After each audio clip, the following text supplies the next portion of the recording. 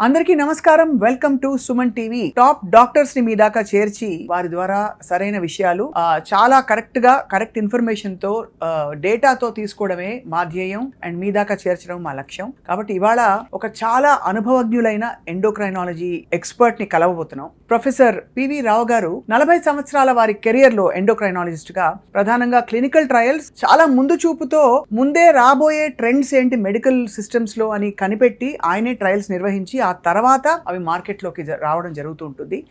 ఎక్కువగా డయాబెటాలజీలో, ఎందుకంటే diabetes cases పెరిగిపోతున్నాయి కాబట్టి ఆయన కెరియర్లో 40 సంవత్సరాల సుదీర్ఘ ప్రస్థానంలో 5 లక్షలకి పైగా పేషెంట్లను ఆయన స్పృశించుంటారు. అలాగే చాలా మందికి చాలా యూస్ఫుల్ ఇన్ఫర్మేషన్ ఇస్తూ వారి జీవితాన్ని, మెడికల్ ప్రయాణాన్ని సార్థకం చేసుకున్నారు. మన అదృష్టం ఇవాళ వారు మన స్టూడియోలో ఉండడం. ఎందుకంటే అంత ఎక్స్పీరియన్స్ తో మనం చేస్తున్న చిన్నపాటి తప్పులేంటి, ఎలా సవరించుకోవాలో కూడా చెప్తారు. సార్ నమస్కారం, స్వాగతం. నమస్తే అండి. ప్రొఫెసర్ పివి రావు గారు, మీరు ఎండోక్రైనాలజీ విభాగంలో ఎక్స్పర్ట్ కాబట్టి దీనికి అంటే మీరు ఏమన్నా ఒక పూర్వపరాలు ఉన్నాయా మీరు ఇందులోకి రావడానికి?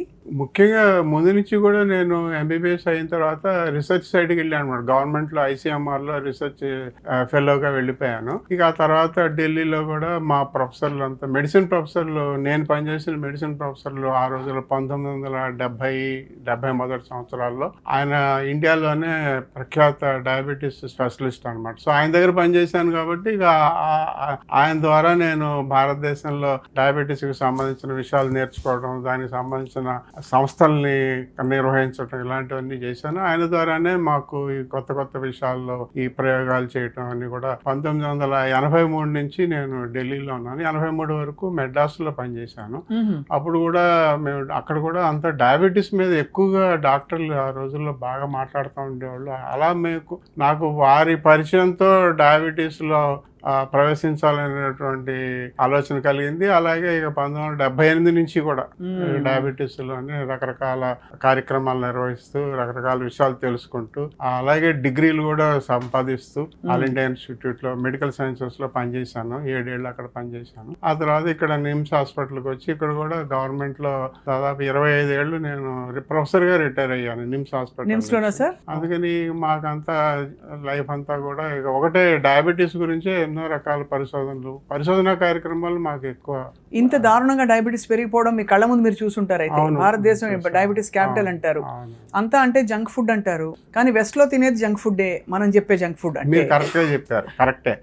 ఆ జంక్ ఫుడ్డే మనం తింటాం, లేదా మనకి వేరే జంక్ ఫుడ్లు కూడా ఉన్నాయి. మన కారపూసలు, మన సమోసాలు, మన పకోడీలు, మన మిక్చర్లు కూడా వాళ్ళ జంక్ ఫుడ్ ను వాళ్ళు ఎలా అనుకుంటాం, మనం కూడా మన స్నాక్స్ అలా జంక్ ఫుడ్ అనుకోవాలి. అవును. ఈ కారణాలన్నీ లోపల కారణాలు ఒకటే, డయాబెటీస్ ఎక్కువ అవటానికి కారణాలు. జంక్ ఫుడ్ అనేది భారతదేశం జంక్ ఫుడ్ వేరు, వాళ్ళ జంక్ ఫుడ్ వేరు. మనం తింటున్నాం, వాళ్ళు తింటున్నారు. సో మనం కూడా ఆందోళన పడాల్సిన జంక్ ఫుడ్స్ ఉన్నాయి మన సిస్టమ్ లో. చాలా ఉన్నాయి. ఒకప్పుడు అది అంటే మనకి సంతోషం వచ్చినా దుఃఖం వచ్చినా ముందు తట్టేది ఫుడ్డే కాబట్టి ఫుడ్ ద్వారా చాలా అన్యాయాలు జరిగిపోతున్నాయి రోజు. అయితే సార్ తప్పకుండా మేము మిమ్మల్ని మళ్ళీ డిస్టర్బ్ చేస్తాం. మా సుమన్ టీవీ వ్యూవర్స్ కి సరైన ఇన్ఫర్మేషన్, అంటే ఇప్పుడు అన్ని ఎక్స్ట్రీమ్స్ వచ్చేసాయి సార్. ఆ ఎక్స్ట్రీమ్స్ పక్కన పెట్టి moderate and healthy happy life style కోసం అడుగులు వేద్దాం. మీ నుంచి మేము మరింత సమాచారం తెలుసుకుంటాం ఎప్పటికప్పుడు. సో మిమ్మల్ని డిస్టర్బ్ చేస్తూ ఉంటాం, మీరు అనుమతి ఇవ్వాలి మాకు. తప్పకుండా. Doctor P V Rao garu, we're honoured to have you here. నమస్కారం సార్. మీ ప్రయాణంలో మీరు ఎక్కువ క్లినిషియన్ గా ఉన్నారా, రీసెర్చ్ పర్సన్ గా ఉన్నారా? అలా క్లినిషియన్ గా ఉన్నప్పుడు మీరు చాలా రేర్ కేస్ అనుకుని ఒక చాలా అద్భుతమైన విషయం కనుగొన్న సందర్భము, లేదు ఒక చాలా ముదురు కేసుని మీరు సాల్వ్ చేసిన సందర్భం ఉంటుంటుంది కదా? అంటే మేము డయాబెటీస్ అనేది మేమందరం కూడా రక్తంలో గ్లూకోజ్ 500, 600, 1000 మిల్లీగ్రాములతో వచ్చిన వాళ్ళని, అంటే మాకు సాధారణంగా గవర్నమెంట్లో పనిచేసినప్పుడు అలాంటి కేసులు చాలా వస్తాయన్నమాట. వాళ్ళకి ఏదైనా ఆపరేషన్ చేయాల్సి ఉంటుంది అర్జెంటుగా, ఒక 2-3 గంటల్లోనే పెద్ద ఆపరేషన్, మేజర్ ఆపరేషన్, 5-6 గంటలు ఆపరేషన్ చేయాల్సి ఉంటుంది. వాళ్ళకి రక్తంలో గ్లూకోజ్ 600 ఉంటుంది, 1000 ఉంటుంది. మా డాక్టర్లు, ఎనస్థీషియా వాళ్ళు, మా సర్జరీ వాళ్ళు వాళ్ళని మీరు 120 మిల్లీగ్రాములకు రప్పించండి దాన్ని అని చెప్తారు అనమాట. అదే మాకు చాలా గొప్ప విషయం. 2-3 గంటల్లోనే 600 షుగర్ని మరి శరీరంలోని మిగతా అవయవాలు పాడవకుండా దాన్ని 600 నుంచి 120కి రప్పించేసి మరి డాక్టర్లకి ఇది సాధారణంగా మాకు అది అత్యద్భుతమైన కార్యక్రమంగా కాకుండా ప్రతిరోజు మేము సాధారణంగా గవర్నమెంట్ హాస్పిటల్లో ఇవి బయట ప్రాక్టీస్లో ఇలాంటివి చేయడం కష్టం. దానికి సంబంధించిన డాక్టర్లు ఉండాలి, సంబంధించిన పరీక్షలు అన్నీ ఉంటాయి కాబట్టి మాకు వీటినే నేను ఎక్కువగా చెప్పుకుంటే మీరు ఏదైనా అద్భుతాలు సాధించారా అంటే మేము సాధించిన అద్భుతాలు క్లినికల్లో 1000 షుగర్ ఉన్నా కూడా 1000 మిల్లీగ్రాముల షుగర్ ఉన్న వాళ్ళకి కూడా 1-2 గంటల్లో దాన్ని 100కి రప్పించేసి. ఏం చేస్తారు సార్? మందులు ఇవ్వడం? మందులంటే మన ఐవి మందులు ఇచ్చి చాలా కష్టం అనమాట. 1000-2000 షుగర్ ఉంటే అంటే మీరు చెప్పిన తల తిరుగుతుంది. ఏం సిమ్టమ్స్ వస్తారు సార్ వాళ్ళు? హఠాత్తుగా 1000 మిల్లీగ్రాములు వస్తే వాళ్ళకి కళ్ళు తిరగటం, లేదా నోరు ఎండిపోవటం, డీహైడ్రేషన్ అంటాం. శరీరంలోని రక్తంలోని నీరంతా కూడా తగ్గిపోయి డీహైడ్రేషన్ వచ్చి అవయవాల్లో ముఖ్యంగా ఊపిరితిత్తుల్లోను, గుండెలోను, మెదడులోను ఉన్నటువంటి కణాల్లో నీరు తగ్గిపోతే వాటికి సంబంధించిన సమస్యలు వస్తాయన్నమాట. కానీ అదే ఇప్పుడు మనం చాలా మందిని చూస్తూ ఉంటాం బయట సంవత్సరాల తరబడి షుగర్లు ఎక్కువగా ఉంటుంటే 400-500 ఉంటూ అలా దానికి అలవాటు పడిపోతారు. అవును, అలవాటు పడిపోతే వాళ్ళకి మనం ఏదో రక్త పరీక్ష చేస్తే తప్ప వాళ్ళకి ఎటువంటి సమస్యలు బయటపడవు. అవును, అదో రకమైన సమస్య మాకు. అది డయాబెటీస్ వాడికి రక్తంలో గ్లూకోజ్ ఎంత ఉందని తెలుసుకోవాలంటే రక్త పరీక్ష చేసుకోవాల్సిందే తప్ప వాళ్ళని ఏదో చూసి వాళ్ళ లక్షణాలను బట్టి వాళ్ళతో మాట్లాడి మేము చెప్పలేము. కాబట్టి రక్త పరీక్షల్లో తెలుసుకుంటాయి. అలాగా చాలా కాలంగా రక్తంలో 500-600 షుగర్ ఉన్న వాళ్ళు ఏ సమస్య లేకుండా బయట సాధారణంగా తిరుగుతూ ఉంటారు. వాళ్ళకి ఏమవుతుంది ఒకవేళ అది కంటిన్యూ అయితే? వాళ్ళకి చాలా డెఫినెట్గా వచ్చే సమస్యలు ముఖ్యంగా రక్తనాళాలు గట్టిపడిపోతాయి అన్నమాట. వీళ్ళందరికీ రక్తం గట్టిపడుతుంది, రక్తం చెక్కబడిపోతుంది కదా. రక్తం చెక్కబడిపోతుంటే ఎక్కడైనా రక్తనాళాల్లో అది గడ్డగట్టి ఆ ధమనంలో, గుండె ధమనంలో, కరోనరీ ఆర్టరీలో గడ్డగడితే హార్ట్ అటాక్ వస్తుంది. మెదడులో ఆర్టరీలో గడ్డగడితే అక్కడ బ్రెయిన్లో స్ట్రోక్ వస్తుంది. ఇలాగా ముఖ్యంగా రక్తనాళాల సమస్యలు, తర్వాత మూత్రపిండాల సమస్యలు కూడా వస్తాయి. ఇవన్నీ కూడా ఖచ్చితంగా వస్తాయి అందరికీ. కాకపోతే ఏంటంటే అది ముందు తెలీదు చాలా మందికి. రాబోతోంది అనే విషయం 5-10 ఏళ్ల తర్వాత గుండె జబ్బులు వస్తాయని, మూత్రపిండాల జబ్బులు వస్తాయని తెలీదు. గ్లూకోజ్ మాత్రం ఎక్కువ ఉంటుంది, అసలు ఉందనే పట్టించుకోరు. ఒక 5-10 ఏళ్ళు పోయిన తర్వాత ఇక ఏదో ఒక సమస్య, శాశ్వతంగా అంగవైకల్యం వచ్చేటువంటి సమస్యలు వస్తాయి. అబ్బో, అయితే ఇలా పట్టించుకోకపోవడం డేంజర్ సైన్స్. అంటే అందుకే ఇప్పుడు యాన్యువల్ చెకప్స్ ఇవన్నీ ఇప్పుడు వచ్చేసాయి. ఆ రోజుల్లో లేవు కదా సార్, అంత అంటే మన దేశంలో అయితే లేవు కదా సార్. ఇన్ని పరికరాలు కూడా లేవు, ఇప్పుడు అన్ని వచ్చాయి. ఇప్పుడు ప్రతి మనిషి ప్రతి ఇంట్లోనూ అందరికీ డయాబెటిస్ మెడికల్ షాప్ ఉంటుంది అంతే కదా సార్. కరెక్ట్. అది చేత్తో ఏమంటారు, దాన్ని ఏమంటారు సార్? అదే గ్లూకోజ్ మీటరు.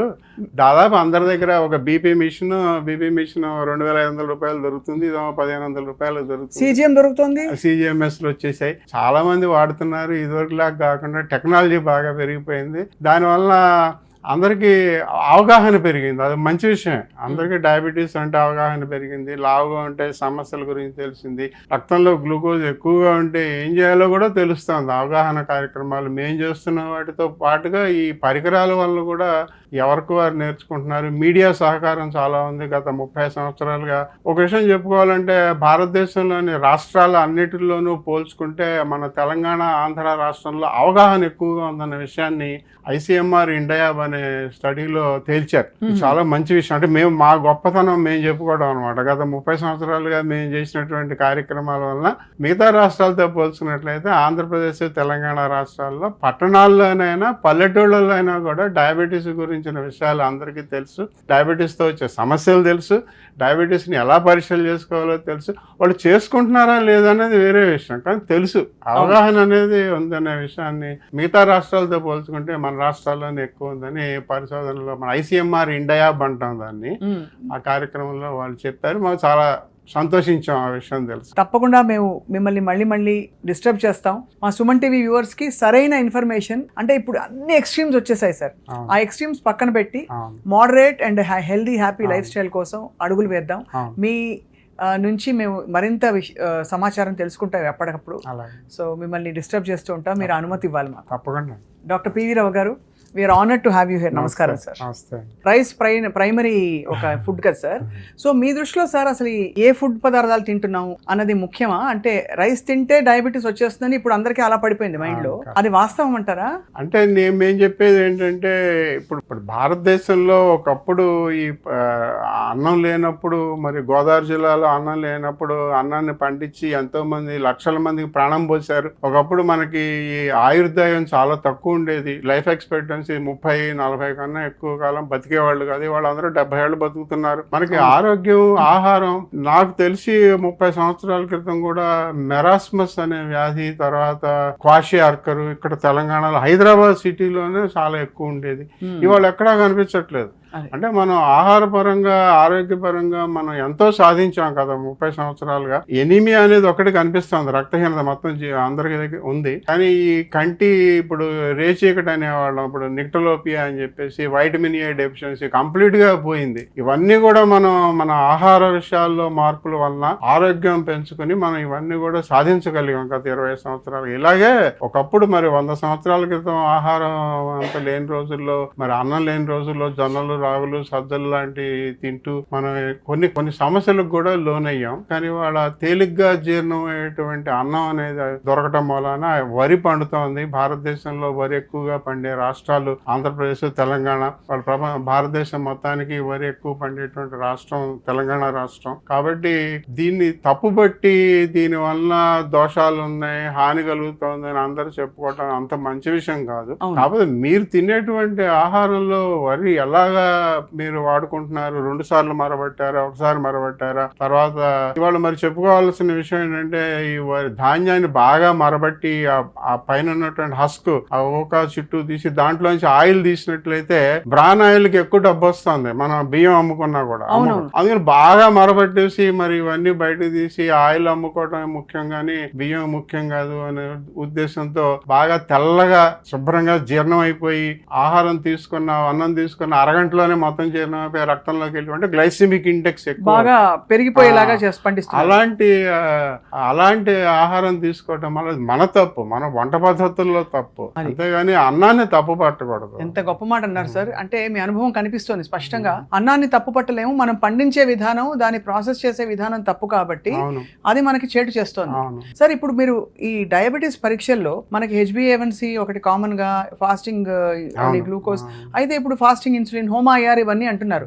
మీరు ఏది ప్రామాణికం అంటారు? రక్తంలో గ్లూకోజ్ ఎక్కువగా ఉంటేనే డయాబెటీస్ నిర్ధారణ చెప్తున్నాం, మనం డయాగ్నోస్టిక్ గా వాడతాం. అలాగే రక్తంలో గ్లూకోజ్ తగ్గడం అనేది ఒక టార్గెట్ గా పెట్టుకుని మనం మందులు ఇస్తున్నాం అనమాట. మందులు ఇవ్వడానికి, నిర్ధారణ చేయడానికి రక్తంలో గ్లూకోజ్ అనేది ప్రామాణికం, దాంట్లో తిరుగులేదు. HbA1c అనేది ప్రామాణికం కాదు, కానీ ఒక రకంగా మనకు ఉపయోగం అనమాట. అంటే 3 నెలలకు ఒకసారి, గత 3 నెలలు బాగుందా లేదా మనం చేసిన చికిత్స అని తెలుసుకోవడానికి వాడుతున్నాం HbA1c అనేది. కాకపోతే ఇక రాబోయే కాలంలో రక్తంలో గ్లూకోజ్ యొక్క అవసరం తగ్గిపోతోందని ఒక కొత్త సూచనలు వస్తున్నాయి. రక్తంలో గ్లూకోజ్ రోజంతా కూడా ఒకలానే ఉండదు, అది 20 సెకండ్లకు ఒకసారి మనం చేయగలిగినట్లయితే మారిపోతాం.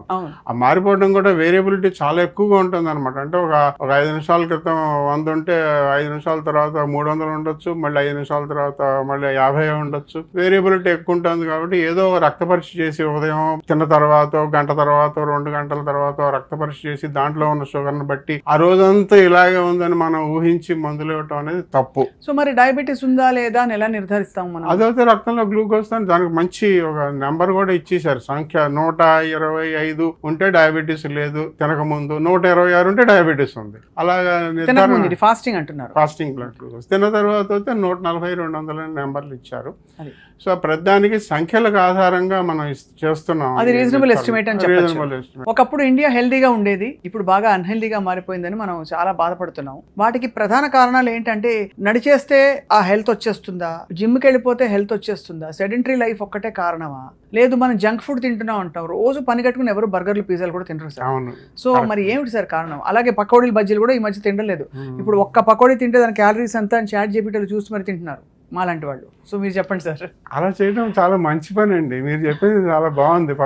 ఇప్పుడు నెమ్మదిగా గూగుల్లో అన్నీ వచ్చేసాయి కాబట్టి మీరు పకోడీ తిన్నప్పుడు దాంట్లో ఎంత క్యాలరీలు ఉన్నాయని తెలుసుకొని తింటాం. క్యాలరీలో నేను ముఖ్యంగా చెప్పేది మీరు చూడండి, చాట్ జీపీటీలు చూస్తూ ఉండండి, గూగుల్లో చూస్తూ ఉండండి. ప్రతిదాన్ని కూడా మీరు అందులో ఏముందని తెలుసుకోవడం చాలా ముఖ్యం. అవును, ఇప్పుడు మనకి సమస్యలన్నిటికీ అదే మూల కారణం, మన ఆహారమే. కాబట్టి పకోడీలో ఎంత నూనె ఉందో తెలుసుకోవాలి, బాగా ఉంటుంది, అది ఇంపార్టెంట్. అంతేగాని అందులో ఎంత షుగర్ ఉంది, ఎంత కార్బ్స్ అనేది అనవసరంగా దాని మీద ఒక దుష్ప్రచారం జరిగిపోయింది. రైస్ తినకూడదు, అన్నం తినకూడదు, పంచదార తినకూడదు, కార్బ్స్ అనేవి తగ్గించేయాలి, కట్ చేయాలి. కార్బ్స్ తగ్గిస్తే చాలా సమస్యలు వస్తాయి. 55% కన్నా తక్కువ కార్బ్స్ అంటే మనం తీసుకున్నటువంటి పిండి పదార్థాన్ని, మనం మనిషి అనేవాడు పిండి పదార్థాల మీదే బతుకుతున్నాడు. అయితే 1800 క్యాలరీస్ వేసుకుంటే ఉజ్జాయింపుగా అందులో 900 క్యాలరీస్ దగ్గర మీకు కాఫ్ నుంచి రావాలంటున్నారు. రాకపోతే మనకు ఆరోగ్య సమస్యలు ఎక్కువ అవుతాయి అన్నమాట. 55% ఉండాలి, 55% కాదు, 55% ఉండాలి. అంటే 1000 క్యాలరీస్ అనుకుంటే కూడా sir 250 grams of carbs we need. 100%. Because 250 into 4 ఒక్కొక్క gram of carb is 4 calories కదా సార్. కాబట్టి 55% అయినా కూడా పిండి పదార్థం ఉంచుకోవాలి. మనకి వాళ్ళ భారతదేశంలో ఆహారంలో లోపాలు ఏం జరుగుతున్నాయంటే, ఒకటి ప్రోటీన్ తక్కువ ఉంది, ఆ మాంసకృతులు తక్కువ ఉండటం వలన మన అందరికీ చాలా సమస్యలు వస్తున్నాయి, అదొక విషయం. రెండో విషయం ఏంటంటే నూనె పదార్థాలు ఎక్కువ అవుతున్నాయి. మామూలుగా నూనె పదార్థాలు ఎక్కువ అవటం అంటే, మరో విషయం చెప్పుకోవాలంటే, మనం వాడేటువంటి వంట పద్ధతులు మనం దాన్ని బాగా మరిగిచ్చి, అంటే నూనెలో ముంచి, ప్రపంచంలోని అన్ని దేశాల్లోనే ఏదైనా ఆహారం తీసుకోవాలంటే దాని మీద వాళ్ళు వేడి చేసుకుని నూనె జల్లుతారు, కానీ దానిలో ముంచి దాన్ని వేడి చేయరు. రెండోది ఏంటంటే, నిన్న పండించిన పదార్థాన్ని, ఆహార పదార్థాన్ని మళ్ళీ రెండోసారి మూడోసారి వేడి చేయడం కూడా మనకు సామాన్యం అయిపోయింది. సో ఆ వేడి చేయడం వల్ల కూడా మనలో ట్రాన్స్ ఫ్యాట్స్ వస్తాయి, ప్లస్ క్యాన్సర్ కలిగించేటువంటి పదార్థాలు కూడా వస్తాయి. ఇటు పక్కన గుండె జబ్బులే కదా, అటు క్యాన్సర్ జబ్బులు కూడా వస్తాయి. కాబట్టి ఇలాగా రెండోసారి వేడి చేయడం అనేది తప్పు. తర్వాత నూనెలో ముంచి వేయించడం తప్పు. ఇవన్నీ కూడా మనం ఎక్కువగా వంట పద్ధతుల్లో, మన భారతదేశం వంట పద్ధతుల్లో ఇవన్నీ జరుగుతున్నాయి, కానీ వీటిని మరీ ఎక్కువగా వాడుతున్నాం అనమాట. ముఖ్యంగా ఏదైనా మనం పెళ్లిళ్ళకి కానీ ఫంక్షన్లకు కానీ వెళ్తే, నిన్న తయారు చేసింది, అదే వాళ్ళ పొద్దున్న తయారు చేసింది వేడి చేసి మనకి ఇస్తున్నాం. మనం కూడా 2-3 రోజులకు ఒకసారి కూరలు చేసుకుని మైక్రోవేవ్ లో పెట్టుకుని తింటున్నాం, రోజు అదే వేడి చేసుకుని. సో ఇవన్నీ కూడా సమస్యలు ఉన్నాయన్నమాట. అంతేగాని ఆహార పదార్థాన్ని తప్పు పట్టకూడదు. అంటే ఏదో బియ్యం తప్పు, లేకపోతే పొటాటో, బంగాళదుంప తప్పు అలా అనకూడదు. దాన్ని వండే పదార్థాల్లో, వండే పద్ధతుల్లో తప్పులు అనమాట. సో ప్రధానమైన కల్ప్రిట్స్ నాకు అర్థమైంది. సూపర్ రిఫైనింగ్ రైస్ అండ్ పిండి పదార్థాలు ఒకటి చెప్పారు. 2 నూనె పదార్థాలు మనం గ్రహించట్లేదు, కార్బ్స్ ని తప్పు పడుతున్నాం, కానీ యాక్చువల్లీ కల్ప్రిట్ ఇది. ఎందుకంటే మళ్ళీ కూరలు వేడి చేస్తే అది బ్యాడ్ ఫ్యాట్ గా మారుతుంది. రెండోది ఆ ఫ్యాట్ కంటెంట్ కూడా బాగా ఎక్కువ అవుతుంది అది. సో చాలా ఇది గ్రహించకుండా చేస్తున్న తప్పులు సార్. ఎందుకంటే 2 కదా బజ్జీలు, ఒక 2 బజ్జీలు తింటే ఒక చక్కగా అంత నూనె వచ్చేస్తుంది మన బాడీలోకి, అంతే కదా సార్? అవును, 3వ వంతు నూనె ఉంటుంది. మీరు పకోడీ కానీ బజ్జీ కానీ కారం పోసేదే చేతికి తగలదు, ఏది తగలకుండా నూనె వెళ్ళిపోతుంది లోపలికి. కాబట్టి ఏదైనా మీరు ఒక ఆహార పదార్థం, మన భారతదేశ వంటకాలు ఏం తీసుకున్నా కూడా, మిఠాయిలు కూడా ఏం తీసుకున్నా కూడా దాంట్లో 3వ వంతు నూనె పదార్థం ఉంటుంది అన్నమాట. ఇప్పుడైతే మనకి గతంలో హెల్దీగా ఉన్న ఇండియా అన్హెల్దీగా మారడానికి ఇదే కారణం. అంటే దానికి తగ్గట్టు మనం నడవట్లేదు, ప్రభుత్వ పరంగా ఆలోచించినట్లయితే మనకున్న సమస్యల్ని మనం చాలా తగ్గించుకున్నామండి. ఇప్పుడు భారతదేశం ఒకప్పుడు అనారోగ్యాలు ఎక్కువగా ఉండేటువంటి రోజుల నుంచి వాళ్ళ ఆరోగ్యం ఉన్న వేరే, కానీ కమ్యూనికబుల్ డిసీజెస్ తగ్గాయి, కానీ లైఫ్ స్టైల్ డిసీజ్ కొంచెం పెరిగినట్టే కదా సార్? కరెక్ట్. ఇన్ఫెక్షన్స్ డిసీజెస్ అన్ని తగ్గిపోయినాయి, బాగా తగ్గాయి. అవును. కాకపోతే ఇప్పుడు ఈ నాన్ కమ్యూనికబుల్ డిసీజెస్ అంటే మరి ఈ గుండె జబ్బులు అవుతానేమి, క్యాన్సర్లు అవుతానేమి, ఊబకాయం, డయాబెటీస్, ఇవి పెరిగాయి అనమాట. అలాగా మొత్తం అంతా అనారోగ్యంలో వెళ్ళామని అనుకోకూడదు. మనకి ఇంకా అవకాశం ఉంది. మనకి ఇప్పుడిప్పుడే మిగతా దేశాలతో పోల్చుకుంటే ఇప్పుడిప్పుడే మనం ఈ జబ్బులకు లోనవుతున్నాం. భారతదేశాన్ని డయాబెటీస్ క్యాపిటల్ అని చెప్తారు, కానీ సంఖ్యాపరంగా చూసుకుంటేనే క్యాపిటల్, కానీ మన శాతం చూసుకున్నట్లయితే మన భారతదేశంలో డయాబెటీస్ అమెరికా, చైనాలో ఉన్నట్టు లేదు. మనకి 10%, 25 ఏళ్ళు దాటిన వాళ్ళలో 10% అనమాట. అందుకని మనమేమి అంత మొత్తం పాడైపోయి ఏం లేవు అనారోగ్యంగా. కాబట్టి మనం కూడా ఇప్పుడు తెలుసుకోవడానికి అవకాశం ఉంది, మార్చుకోవడానికి అవకాశం ఉంది, అవగాహనకు అవకాశం ఉంది. ఉందండి. ఆ విషయం తెలుసుకోవాలంటే మనం ఏమి మొత్తం అంతా పాడైపోయాం, మనం తీసుకునేటువంటి ఆహారం అలా ఇలా మిగతా దేశాలతో పోల్చుకుంటే మనమే బెటర్ గా ఉన్నాం. మనమే అదే కరెక్ట్ సార్, మీరు వాస్తవంగా చెప్పారు. ఇంకా మన కూరగాయలు వాటన్నిటికీ కాస్త గుర్తింపు గౌరవం ఉంది. వేరే దేశాల్లో హార్డ్ మీట్స్ తినే దేశాలు ఉంటాయి, రెడ్ మీట్ ఎక్కువ తినే దేశాలు కూడా ఉన్నాయి సార్ మన దగ్గర. 20 సంవత్సరాల మోర్టాలిటీ డేటా అమెరికా వాళ్ళ డేటా తీసుకున్నట్లయితే భారతదేశం కన్నా ఎక్కువ మరణాల సంఖ్య వాళ్ళ దగ్గర ఉంది, మన దగ్గర కాదు. వాళ్ళకన్నా మనం చాలా వెనకబడి ఉన్నాం, మన హాస్పిటల్స్ అయితేనేమి, వైద్య సదుపాయాలు అయితే. కానీ చివరికి మోర్టాలిటీ డేటా, మార్బిడిటీ డేటా తీసుకున్నట్లయితే 20 సంవత్సరాలు అమెరికాది ఇండియాది పోల్చుకున్నట్లయితే మనమేమి వాళ్ళతో పోల్చుకుని బాధపడాల్సిన అవసరం ఏం లేదు, మనకు ఆరోగ్యంగానే ఉన్నాం మనం. కాకపోతే రాబోయే కాలంలో మన ఒబేసిటీ పెరుగుతోంది, డయాబెటీస్ పెరుగుతోంది, గుండె జబ్బులు పెరుగుతాయి. ఆ సమస్యలు మనకు ఉన్నాయన్న విషయం మనకు తెలుసు. అవగాహన నేర్చుకుని దానికి కావాల్సినటువంటి పద్ధతులు మార్చుకోవడానికి అవకాశం ఉంది, మనకు అవకాశం ఉంది. మీరు చెప్పినట్టు కూరగాయలు అయితేనే, పళ్ళు అయితేనే, మనం వాడినంత కూరగాయలు, పళ్ళు, ఆహార పదార్థాలు మిగతా దేశాల్లో లేవు. కాబట్టి మనం చాలా మనకు అదృష్టవశాత్తు మనకు చాలా అవకాశం ఉంది మార్చుకోవటానికి. 100 ఏళ్ళు బతకడం ఎలా అని ఎవరైనా అడిగితే ఒక అమాయకమైన ప్రశ్న. 100 ఏళ్ళు అంటే సుదీర్ఘకాలం. మీరు ఏం చెప్తారు సార్ దానికి?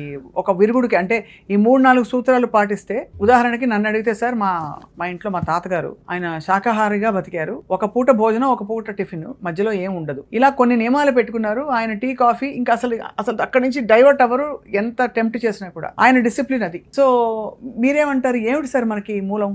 అంటే మనిషి చనిపోవటానికి, కణాలన్నీ కూడా చనిపోవటానికి ముఖ్యమైన కారణం ఏంటంటే వాపు ప్రక్రియ అంట, ఇన్ఫ్లమేషన్. అబ్బా, క్రానిక్ ఇన్ఫ్లమేషన్ అనమాట. మన శరీరం అనేది మనకి జన్యుపరంగానే మనకి కొన్ని సంవత్సరాల తర్వాత కణాలన్నీ కూడా వాపు, ఇన్ఫ్లమేషన్ వచ్చి, ఆ ఇన్ఫ్లమేషన్ తర్వాత వాటి యొక్క జరుగుతున్నటువంటి జీవక్రియలు తగ్గిపోయి, అవి ఎండిపోయి, అవి మరణించడం అనేది సహజం. కాకపోతే దీన్ని ఆలస్యం చేయడానికి, మరణాలని ఆలస్యం చేయడానికి ఏం చేస్తామంటే ఇన్ఫ్లమేషన్ తగ్గించుకోవాలి. ఇన్ఫ్లమేషన్ అంటే ఇప్పుడు మీరు చెప్పినట్టే క్రమశిక్షణ పాటించినట్లయితే వాపు ప్రక్రియను క్రమశిక్షణ అంటే ఒకటే సమయానికి నిద్ర లేవడం, ఒకటే సమయానికి పడుకోవడం, ఒకటే సమయంలో తినటం, తినే ఆహార పదార్థం కూడా ప్రతిరోజు ఒకలాగానే ఉండేటట్టు తినటం. ఇప్పుడు మీరు ఇందాక చెప్పినట్టు, తర్వాత ఎప్పుడు కూడా నిండుగా తినకుండా సగం సగం ఆహారం తీసుకోవటం, ఇవన్నీ చేసినట్లయితే క్రానిక్ ఇన్ఫ్లమేషన్ ని మనం తగ్గించుకోగలుగుతాం. అంటే శరీరంలో ఉన్నటువంటి ప్రతి అవయవంలో ఉన్నటువంటి ప్రతి కణాన్ని కూడా మనం ఎండిపోకుండా, అంటే ఇన్ఫ్లమేషన్ వల్ల వాపు ప్రక్రియ జరగకుండా ఆపాలంటే క్రానిక్. ఇప్పుడు అందుకని రాబోయే కాలంలో యాంటీ ఇన్ఫ్లమేటరీ డైట్స్ అని చెప్పి ప్రాచుర్యంలోకి వస్తున్నాయి. మనం తీసుకున్నటువంటి ఆహారంలో కూడా ఏది మన శరీరానికి వాపు ప్రక్రియ ఎక్కువగా కలిగిస్తుంది, ఏది కలిగించదు అనే దాని మీద ఇక రాబోయే కాలం ఇప్పుడు యాంటీ ఇన్ఫ్లమేటరీ డైట్స్ అని మాట్లాడుతున్నారు ఆల్రెడీ. సో అలాంటి ఆహారంలో దేని వల్ల మనకి నష్టం కలుగుతుంది, దేని వల్ల శరీరం తొందరగా పాడవుతుంది, శరీరం అంటే నేను చెప్పేది కణాలు అనమాట, లోపల కణాలు ఎంత తొందరగా పాడవుతున్నాయి అనే విషయం మీద పరిశోధనలు జరుగుతున్నాయి. కాబట్టి ఆ పరిశోధనలో మనం వాటిని పాటించినట్లయితే 100 ఏళ్ళు కాకపోయినా ఒక 10 ఏళ్ళు, 5 ఏళ్ళు, ఇప్పుడు జీవన ఆయుర్దాయం ఎలాగో పెరుగుతోంది, మరింతగా పెరిగేటువంటి అవకాశం. ట్రిపుల్ పెట్టేసుకుంటున్నారు కదా సార్ అందరూ. అది ఎన్ఎస్ఐ ఏదో అలా హఠాత్ అది అలాగా తాత్కాలికంగా ఇవాళకి వాళ్ళే చర్మం మీద ముడతలు పోవాలి, ఇవాళకి వాళ్ళే చర్మం తెల్లగా అయిపోవాలి, ఇవాళకి వాళ్ళే అలా చేయకూడదు. కానీ కొంచెం సక్రమంగా పద్ధతులు పాటించినట్లయితే ఉపయోగం అయితే ఉంటుంది.